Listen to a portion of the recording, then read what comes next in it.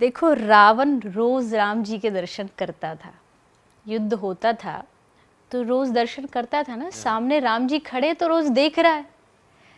कंस ने कृष्ण को देखा, बुद्धि नहीं बदली।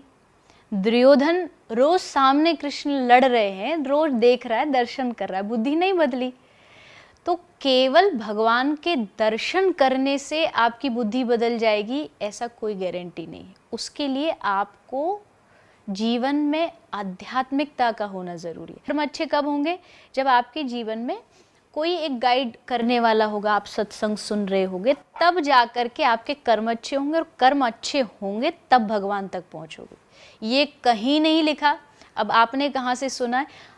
अगर कोई कह भी रहा है कि जगन्नाथ भगवान के दर्शन करने से उद्धार हो जाता, तो वो उस आदमी का होगा जिसके पहले से कर्म अच्छे हैं। आकर के हाथ जोड़ लेगा और देख लेगा, देख करके कर्म कुछ भी कर लो, ऐसा कभी भगवान नहीं कहते। अगर ऐसा कहते होते ना तो अर्जुन को गीता नहीं सुनाते कृष्ण, कर्म की बात नहीं करते कृष्ण। उन्होंने अर्जुन को ये समझाया कि पहले अपने आप को तुमको खुद को ठीक करना पड़ेगा, उसके बाद फिर तुम मेरे दर्शन करो। भागवत जी में एक ध्रुव चरित्र आता है। ध्रुव जी का नाम सबने सुना है। 5 साल की एज में उन्होंने भगवान का दर्शन कर लिया था। उसके बाद वो बड़े हुए, राजा बने। फिर जब वो बड़े हुए तो उनके एक भाई को कुछ यक्षों ने पकड़ लिया था। तो ध्रुव जी गए और जाकर के उन सबको मारना शुरू कर दिया। भागवत में प्रसंग लिखा है। वो दादा हैं मनु, जिनसे सृष्टि बनी है, उन्होंने आके ध्रुव को दर्शन दिया और समझाया। और तब उन्होंने वहाँ एक बहुत अच्छी बात कही कि तूने 5 साल की उम्र में भगवान का दर्शन तो कर लिया, पर तेरे भीतर से हिंसा की भावना क्यों नहीं गई? क्योंकि तुझे सत्संग सुनने को नहीं मिला। अब तेरा मन बदलेगा। तब मनु महाराज ने ध्रुव को सत्संग सुनाया और तब उनके मन में आया, नहीं, मैं इनको क्यों मार रहा हूँ, ये तो बेचारे निर्दोष हैं। तो मेरे कहने का मतलब है, केवल भगवान के दर्शन से आप मुक्त हो जाओगे, ऐसा भगवान कभी नहीं कहते। आपको भजन करना पड़ेगा, आपको संतों का संग करना पड़ेगा, फिर दर्शन करोगे तब मुक्ति मिलेगी। अच्छा इंसान बनने के लिए सबसे पहले मुझे जो लगता है कि दूसरे की खुशी को देखना बहुत ज़रूरी है। खुशी इन द सेंस, खुशी कोई ये भी हो सकती है, किसी को गलत काम में भी खुशी मिलती है, लेकिन उसको हमको खुद को कैटेगराइज करना पड़ेगा अकॉर्डिंग टू आवर स्क्रिप्चर्स, जो हमारे ग्रंथ कहते हैं।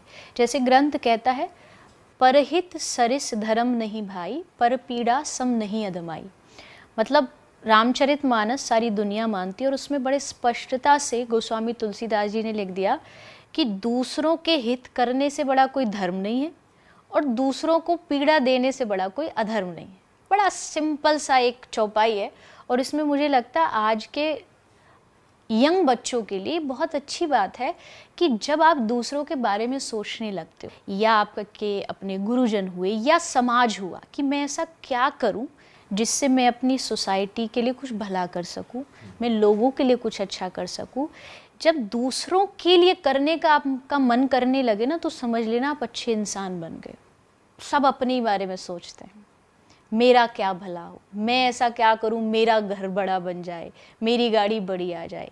बट अच्छे इंसान की सबसे बड़ी पहचान पहली जो है वो ये है कि आप दूसरों, और दूसरों में मैं सबको कहती हूँ, चाहे वो इंसान हो या पशु पक्षी हो, जीव हो, छोटे से छोटा कोई भी प्राणी हो, आप जब उसके हित के बारे में सोचने लग जाओगे तब एक इंसान कहलाने के आप योग्य बन जाते हो, मानव कहलाने के योग्य बन जाते हो। कि वैष्णव जन तो तेने कहिए, जे पीर पराई जाने रे।